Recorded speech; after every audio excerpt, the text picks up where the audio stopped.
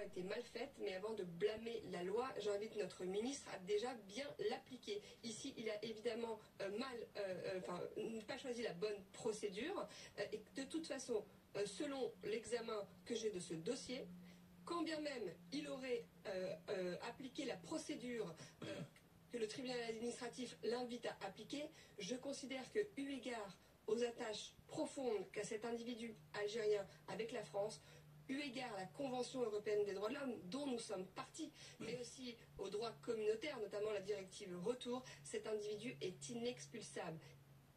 Il y a une problématique aujourd'hui de l'extrême droite qui avance sur son agenda politique. Et le meilleur exemple, c'est Bruno Retailleau. Donc ces gens préparent l'arrivée au pouvoir de l'extrême droite. Donc il y a encore des gens dans ce pays qui qualifient effectivement politiquement ce qui est en train de se passer. Et oui, ce sont des éléments du fascisme qui sont en train de progresser. Pas diviser les Françaises et les Français entre eux, ni les êtres humains entre eux en fonction de leurs origines, leur couleur de peau, etc. Il faut faire ensemble. Or, Monsieur Retailleau passe son temps à mettre de l'huile sur le feu là-dessus parce que ça permet de ne pas discuter des questions sociales et de tout le reste des problématiques qui ont lieu dans le pays. Ils sont depuis 7 ans au pouvoir.